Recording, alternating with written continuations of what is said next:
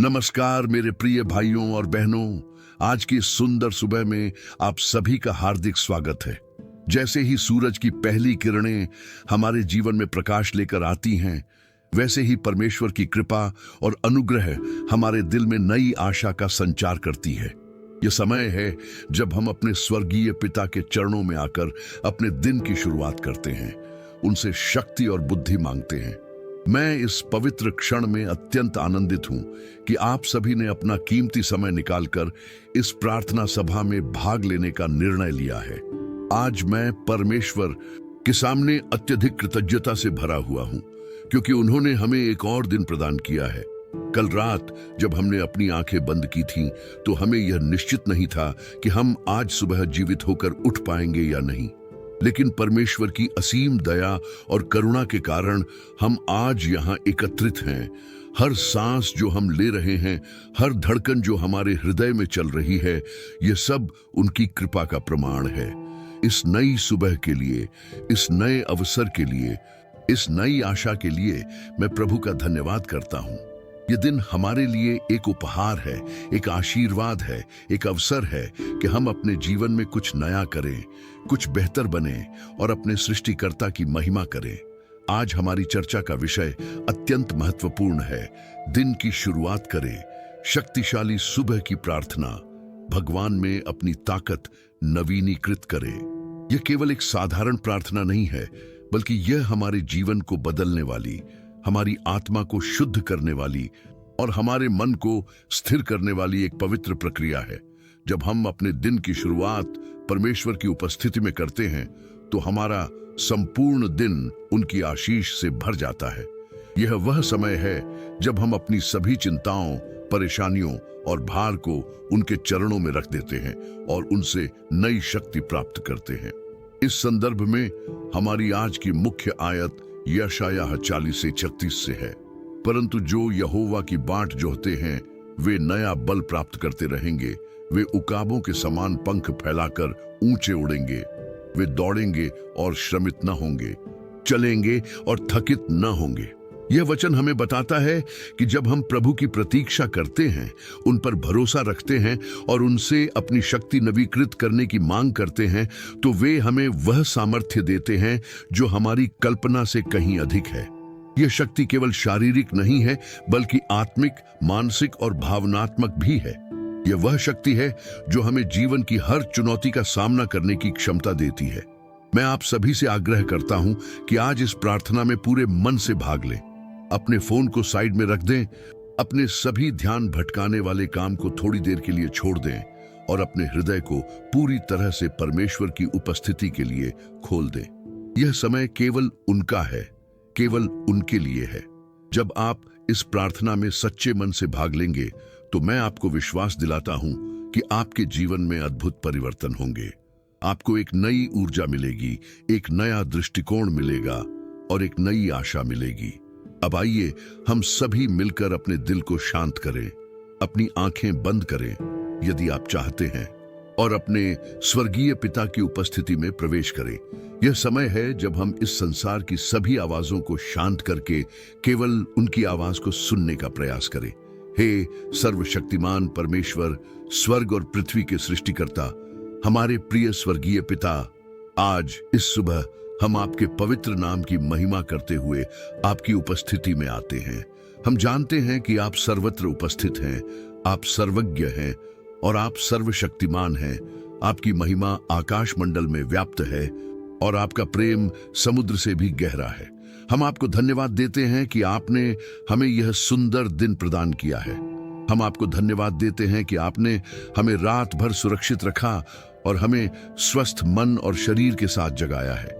प्रभु, हम विशेष रूप से इस सुबह के लिए आपका आभार व्यक्त करते हैं। जब संसार अंधकार में डूबा हुआ था, तब आपने सूर्य को पूर्व दिशा से उगाया और हमारे जीवन में प्रकाश लेकर आए। यह सुबह आपकी नई दया का प्रमाण है, आपकी ताजी करुणा का संकेत है। विलाप गीत 3:22-23 में लिखा है, हम मिट नहीं गए, यह यहोवा की करुणा का फल है, क्योंकि उसकी दया अमर है। प्रति भोर को वह नई होती रहती है, तेरी सच्चाई महान है। हाँ प्रभु, आपकी दया हर सुबह नई होती है और आज भी आपकी दया हम पर बनी हुई है। हे परमेश्वर, हम आपकी उपस्थिति को इस स्थान में, इस समय में और हमारे हृदयों में अनुभव करते हैं। आपकी पवित्र आत्मा यहाँ उपस्थित है और हम जानते हैं कि आप हमारी हर प्रार्थना को सुन रहे हैं। भजन संहिता 129:7-10 में आपका वचन कहता है, मैं तेरी आत्मा से बचकर कहां जाऊं या तेरे सामने से कहां भागूं? यदि मैं आकाश पर चढ़ जाऊं तो तू वहां है, यदि मैं अधोलोक में बिछौना बिछाऊं तो वहां भी तू है, यदि मैं भोर का पंख लगाकर समुद्र के पार जा बसूं तो वहां भी तेरा हाथ मेरी अगुवाई करेगा और तेरा दाहिना हाथ मुझे थामे रहेगा। हाँ प्रभु, आप सदा हमारे साथ हैं, हमारे आसपास हैं और हमारे भीतर है। आज हम आपके सामने अपने जीवन की वास्तविकता को स्वीकार करते हैं। हम मनुष्य हैं और मनुष्य होने के नाते हमारी सीमाएं हैं, हमारी शक्ति सीमित है, हमारा ज्ञान सीमित है और हमारी समझ भी सीमित है। कई बार हम अपने जीवन में आने वाली चुनौतियों से डर जाते हैं, परेशानियों से घबरा जाते हैं और कठिनाइयों के सामने हार मान लेते हैं। हमारे मन में चिंताएं आती हैं, डर आता है और कभी-कभी निराशा भी हावी हो जाती है। हम अपनी कमजोरियों को आपके सामने स्वीकार करते हैं और मानते हैं कि अकेले हम कुछ भी नहीं कर सकते। लेकिन प्रभु, हम यह भी जानते हैं कि आपकी शक्ति हमारी कमजोरी में सिद्ध होती है। 2 कुरिन्थियों 12:9 में आपका वचन कहता है, उसने मुझसे कहा, मेरा अनुग्रह तेरे लिए बहुत है, क्योंकि मेरी सामर्थ्य निर्बलता में सिद्ध होती है। इसलिए मैं बड़े आनंद से अपनी निर्बलताओं पर घमंड करूंगा कि मसीह की सामर्थ्य मुझ पर छाया करती रहे। हे प्रभु, हम प्रार्थना करते हैं कि आज आप हमारी कमजोरियों को अपनी शक्ति से भर दें, हमारे डर को अपने साहस से, हमारी चिंताओं को अपनी शांति से और हमारी निराशा को अपनी आशा से बदल दें। आज हम आपसे विशेष रूप से प्रार्थना करते हैं कि आप हमें आत्मिक शक्ति प्रदान करें। हमें वह शक्ति दें जो हमें पाप के विरुद्ध खड़े होने की हिम्मत देती है।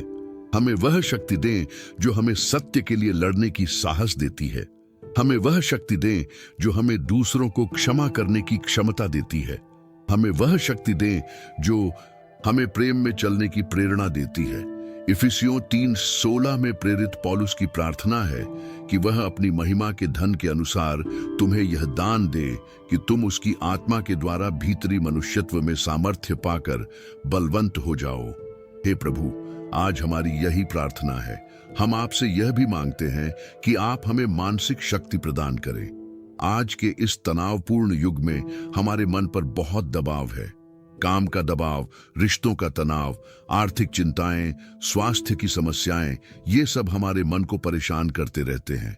लेकिन प्रभु, आपका वचन फिलिप्पियों 4:7 में कहता है, तब परमेश्वर की शांति जो समझ से परे है तुम्हारे हृदयों और तुम्हारी बुद्धियों को मसीह यीशु में सुरक्षित रखेगी।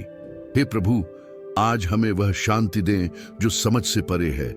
हमारे मन की अशांति को दूर करें और हमें मानसिक स्पष्टता प्रदान करें। हम आपसे शारीरिक शक्ति की भी प्रार्थना करते हैं। हमारे शरीर आपकी बनाई हुई अद्भुत रचना है, लेकिन वे भी सीमित हैं और थक जाते हैं। हमें वह ऊर्जा दें जो हमें अपने दैनिक कार्यों को पूरा करने में मदद करे। हमें वह स्वास्थ्य दें जो हमें आपकी सेवा करने के योग्य बनाए। भजन संहिता 103:2-3 में लिखा है, हे मेरे मन, यहोवा को धन्य कह और उसके सब उपकारों को स्मरण रख। वही तो तेरे सब अधर्म को क्षमा करता और तेरे सब रोगों को चंगा करता है। प्रभु, आज हमारी शारीरिक कमजोरियों को दूर करें और हमें नई ताकत से भर दें। हम आपसे भावनात्मक शक्ति की भी विनती करते हैं। कई बार हमारी भावनाएं हमें कमजोर बना देती हैं। गुस्सा, घृणा, ईर्ष्या, डर, चिंता, ये सब भावनाएं हमारी आत्मा को दुर्बल करती हैं। लेकिन प्रभु, आपका प्रेम हमारे डर को निकाल देता है। 1 यूहन्ना 4:18 में लिखा है, प्रेम में डर नहीं होता, वरन सिद्ध प्रेम डर को दूर कर देता है, क्योंकि डर का संबंध दंड से है।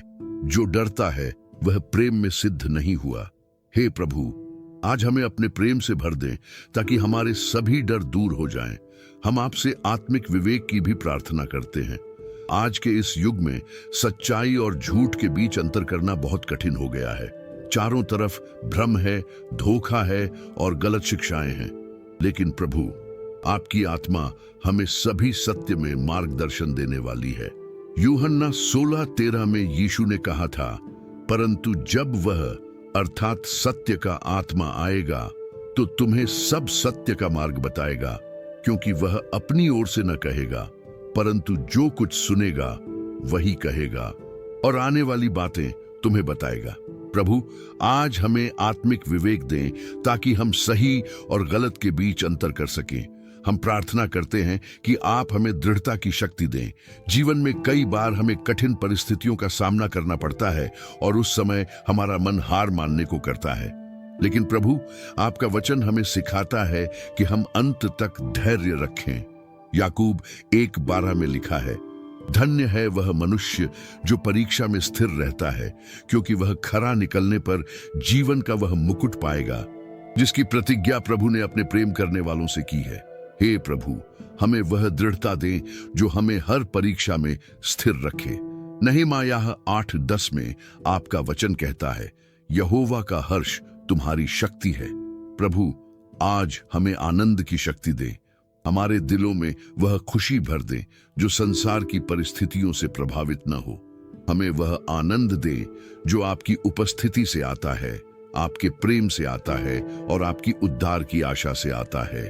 भजन संहिता 86:22 में लिखा है, परमेश्वर हमारा शरण स्थान और बल है, संकट में अतिशीघ्र सहायता करने वाला। प्रभु, आज हम घोषणा करते हैं कि आप हमारी शरण हैं, आप हमारी शक्ति हैं। जब भी हम संकट में होंगे, आप हमारी सहायता करेंगे।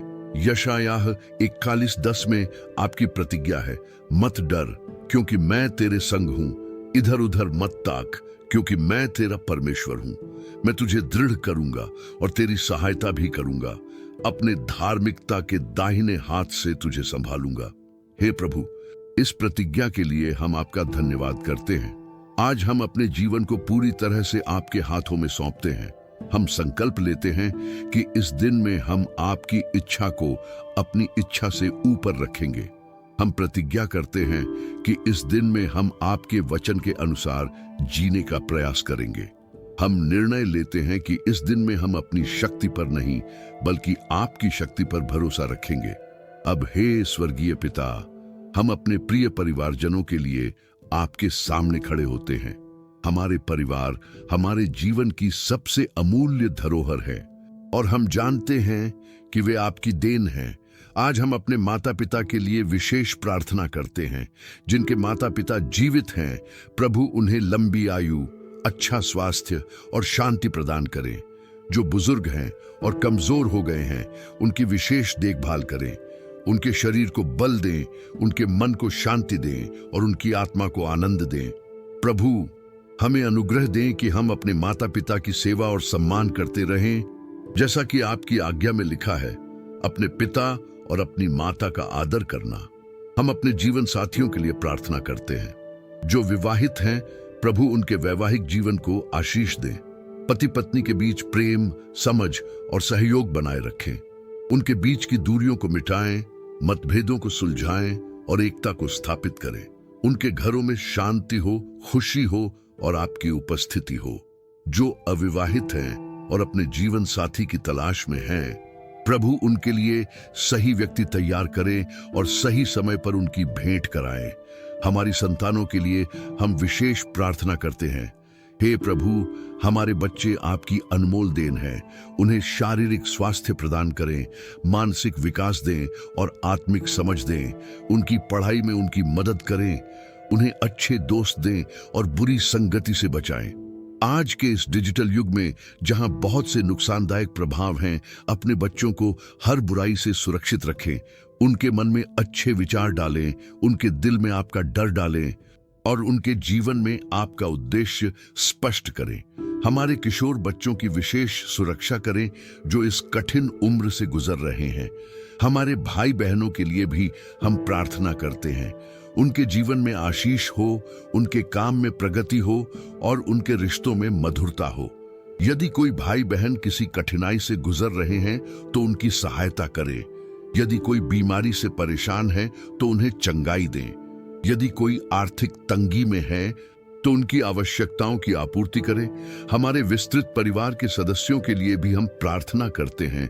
हमारे चाचा चाची, ताऊ ताई, मामा मामी, नाना नानी, दादा दादी और सभी रिश्तेदारों के लिए, उन सभी पर आपकी कृपा बनी रहे। जो बुजुर्ग हैं उन्हें अच्छा स्वास्थ्य दें, जो जवान हैं उन्हें अच्छे अवसर दें, जो बच्चे हैं उन्हें सुरक्षा दें। प्रभु, आज हम अपने परिवार के स्वास्थ्य के लिए विशेष प्रार्थना करते हैं। यह समय है जब चारों तरफ बीमारियां बढ़ रही हैं, नई नई बीमारियां आ रही हैं और स्वास्थ्य की समस्याएं जटिल होती जा रही हैं। लेकिन प्रभु, आप महान चंगा करने वाले हैं। निर्गमन 15:26 में आपका नाम यहोवा रुपे है, यहोवा जो चंगा करता है। आज हम घोषणा करते हैं कि आप हमारे परिवार के हर सदस्य की चंगाई कर सकते हैं। यदि कोई शारीरिक बीमारी है तो उसे ठीक करें, यदि कोई मानसिक परेशानी है तो उसे दूर करें, यदि कोई भावनात्मक दुख है तो उसे चंगा करें। विशेष रूप से उन परिवारजनों के लिए प्रार्थना करते हैं जो गंभीर बीमारी से जूझ रहे हैं। कैंसर, दिल की बीमारी, मधुमेह, उच्च रक्तचाप, किडनी की समस्या, लिवर की बीमारी, जो भी बीमारी हो, प्रभु आपकी चंगाई की शक्ति उन पर प्रकट हो। आप वही परमेश्वर हैं जिन्होंने अंधों को आंखें दी, बहरों को सुनने की शक्ति दी, लंगड़ों को चलने की क्षमता दी और मरे हुओं को जिलाया। आज भी आपकी वही शक्ति है। हम उन डॉक्टरों के लिए भी प्रार्थना करते हैं जो हमारे परिवार की देखभाल कर रहे हैं। उन्हें सही निदान करने की क्षमता दें, सही इलाज करने का ज्ञान दें और उनके हाथों के द्वारा आपकी चंगाई का काम करें। जो दवाइयां दी जा रही हैं वे प्रभावकारी हों और कोई दुष्प्रभाव न हो। अब हे प्रभु, हम उन लोगों के लिए प्रार्थना करते हैं जिन्हें मुक्ति की आवश्यकता है। कई लोग अलग अलग प्रकार की बंधनों में फंसे हुए हैं। कुछ लोग बुरी आदतों के गुलाम हैं, शराब, जुआ, नशे, अनैतिकता की लत। कुछ लोग मानसिक बंधनों में हैं, डर, चिंता, अवसाद, गुस्सा, कड़वाहट। कुछ लोग आत्मिक बंधनों में हैं, झूठे धर्म, जादू टोना, मूर्ति पूजा। लेकिन प्रभु यीशु मसीह में सभी बंधनों से मुक्ति है। यूहन्ना 8:26 में यीशु ने कहा, इसलिए यदि पुत्र तुम्हें स्वतंत्र करेगा तो तुम वास्तव में स्वतंत्र हो जाओगे। आज हम घोषणा करते हैं कि हमारे परिवार के हर सदस्य को हर प्रकार की बंधन से मुक्ति मिले। जो लोग किसी बुरी आदत के कारण परेशान हैं, उन्हें छुटकारा मिले। जो लोग पुराने दुखों और तकलीफों के कारण कड़वाहट में जी रहे हैं, उनके दिल में क्षमा की भावना आए। जो लोग डर और चिंता में जी रहे हैं, उन्हें मानसिक शांति मिले। लूका 4:18 में यीशु के मिशन की घोषणा है, प्रभु का आत्मा मुझ पर है, इसलिए कि उसने कंगालों को सुसमाचार सुनाने के लिए मेरा अभिषेक किया है और मुझे इसलिए भेजा है कि बंधुओं को छुटकारे का और अंधों को दृष्टि पाने का सुसमाचार प्रचार करूं, कुचले हुओं को छुड़ाऊं। प्रभु यही काम आज हमारे परिवार में भी करें। आज हम विशिष्ट परिस्थितियों के लिए भी प्रार्थना करते हैं। जो परिवार किसी कानूनी मुकदमे में फंसे हुए हैं, उनके लिए न्याय की प्रार्थना करते हैं। न्यायाधीशों के दिल में निष्पक्षता हो, वकीलों में ईमानदारी हो और सत्य की जीत हो। जो परिवार किसी पारिवारिक विवाद में हैं, उनके लिए सुलह की प्रार्थना करते हैं। आपस की कड़वाहट दूर हो, समझ का माहौल बने और प्रेम की जीत हो। जो परिवार किसी संपत्ति के झगड़े में है, उनके लिए न्याय संगत समाधान की प्रार्थना करते हैं। उन परिवारों के लिए प्रार्थना करते हैं जहां बच्चों की शादी विवाह की चिंता है। सही रिश्ते मिले, अच्छे घर मिले और समयानुकूल सब काम हो। उन परिवारों के लिए प्रार्थना करते हैं जहां संतान प्राप्ति की इच्छा है। जैसे परमेश्वर ने इब्राहिम और सारा को, हन्ना को, एलिजाबेथ को संतान दी, वैसे ही आज भी वे अपनी कृपा प्रकट करें। हमारे देश भारत के लिए हम विनम्रता से प्रार्थना करते हैं। यह देश आपकी बनाई हुई एक अद्भुत भूमि है जहां विविधता में एकता है। हमारे राष्ट्रपति, प्रधानमंत्री, सभी मुख्यमंत्रियों और सभी स्तर के नेताओं के लिए हम प्रार्थना करते हैं। 1 तीमुथियुस 2:1-2 में प्रेरित पौलुस ने लिखा है, इसलिए सबसे पहले मैं यह विनती करता हूं कि विनती, प्रार्थना, निवेदन और धन्यवाद सब मनुष्यों के लिए किए जाएं, राजाओं के और सब ऊंचे पद वालों के लिए, ताकि हम सब प्रकार की भक्ति और गंभीरता से शांत और चयन के साथ जीवन बिता सकें। प्रभु, हमारे नेताओं को सही फैसले लेने का ज्ञान दें, भ्रष्टाचार से दूर रखें और जनता की सेवा करने की प्रेरणा दें। हमारे देश की सुरक्षा के लिए प्रार्थना करते हैं। हमारी सेना, नौसेना, वायुसेना के जवानों की रक्षा करें, जो हमारी सीमाओं पर खड़े होकर हमारी रक्षा कर रहे हैं। पुलिस बल को भी सामर्थ्य दें कि वे कानून व्यवस्था बनाए रखें। आतंकवाद, नक्सलवाद और सभी प्रकार की हिंसा से हमारे देश की रक्षा करे। प्राकृतिक आपदाओं से भी हमारी रक्षा करे। हमारे देश की आर्थिक स्थिति के लिए प्रार्थना करते हैं। रोजगार के अवसर बढ़ें, गरीबी कम हो और सभी लोगों को बुनियादी सुविधाएं मिलें। किसानों की फसल अच्छी हो, उन्हें उचित दाम मिले और प्राकृतिक आपदाओं से उनकी रक्षा हो। व्यापारियों के धंधे में वृद्धि हो, नौकरी करने वालों को अच्छी नौकरियां मिले और सभी के घरों में सुख शांति हो। हमारी कलीसिया के लिए हम विशेष प्रार्थना करते हैं। सभी पास्टरों, प्रचारकों और मसीही कार्यकर्ताओं के लिए प्रार्थना करते हैं कि वे वफादारी से सुसमाचार का प्रचार करते रहें। उनके ऊपर पवित्र आत्मा का अभिषेक हो, उनकी सेवकाई में फल हो और उनके परिवारों की रक्षा हो। मसीही एकता बनी रहे, सांप्रदायिक मतभेद दूर हों और मसीह की देह मजबूत हो। उन लोगों के लिए प्रार्थना करते हैं जो अभी भी यीशु मसीह को अपना उद्धारकर्ता के रूप में नहीं जानते हैं। उनके दिलों के दरवाजे खोल दें, उनकी आंखें खोल दें और उनके कानों को खोल दें, ताकि वे सुसमाचार को समझ सकें और स्वीकार कर सकें। पवित्र आत्मा उनके दिलों में काम करे और उन्हें पाप की समझ दे, धार्मिकता की समझ दे और न्याय की समझ दे। हमारे YouTube चैनल के दर्शकों और सभी सदस्यों के लिए भी हम प्रार्थना करते हैं। जो भी व्यक्ति इस समय हमारी प्रार्थना सुन रहा है, प्रभु उसके जीवन को छुएं, उसकी हर आवश्यकता को पूरा करें, उसकी हर समस्या का समाधान दें और उसके घर में आशीष बरसाएं। उसके परिवार की रक्षा करें, उसके स्वास्थ्य की चंगाई करें और उसके काम में सफलता दें। अब प्रभु, हम जीवन की व्यावहारिक आवश्यकताओं के लिए आपके सामने आते हैं। हमारी रोजी रोटी की व्यवस्था के लिए हम प्रार्थना करते हैं। मत्ती 6:11 में यीशु ने हमें सिखाया कि हम प्रार्थना करें, हमारी दिन भर की रोटी आज हमें दे। प्रभु, आज हम आपसे अपनी दैनिक आवश्यकताओं की पूर्ति के लिए प्रार्थना करते हैं। आप स्वर्गीय पिता हैं और आप जानते हैं कि हमें किस चीज की आवश्यकता है। मत्ती 6:26 में आपने कहा है, आकाश के पक्षियों को देखो, वे न बोते हैं, न काटते हैं और न खत्तों में बटोरते हैं, फिर भी तुम्हारा स्वर्गीय पिता उन्हें खिलाता है। क्या तुम उनसे कहीं अधिक मूल्यवान नहीं हो? हे प्रभु, आज हम घोषणा करते हैं कि आप हमारे यहोवा यीरे हैं, यहोवा जो प्रबंध करता है। जैसे आपने इब्राहिम के लिए प्रबंध किया, जैसे आपने इस्राएलियों के लिए मरुभूमि में मन्ना की व्यवस्था की, जैसे आपने एलिजाह के लिए कौवों के द्वारा भोजन भेजा, वैसे ही आज भी आप हमारे लिए प्रबंध कर सकते हैं। फिलिप्पियों 4:19 में आपकी प्रतिज्ञा है, और मेरा परमेश्वर मसीह यीशु में अपने उस धन के अनुसार जो महिमा सहित है, तुम्हारी हर एक घटी को पूरा करेगा।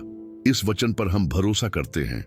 विशेष रूप से उन परिवारों के लिए प्रार्थना करते हैं जो आर्थिक तंगी से गुजर रहे हैं, जिनके घर में खाने पीने की कमी है, जो किराया भरने में असमर्थ हैं, जिनके बच्चों की फीस नहीं भरी जा सकती, जो कर्ज के बोझ तले दबे हैं।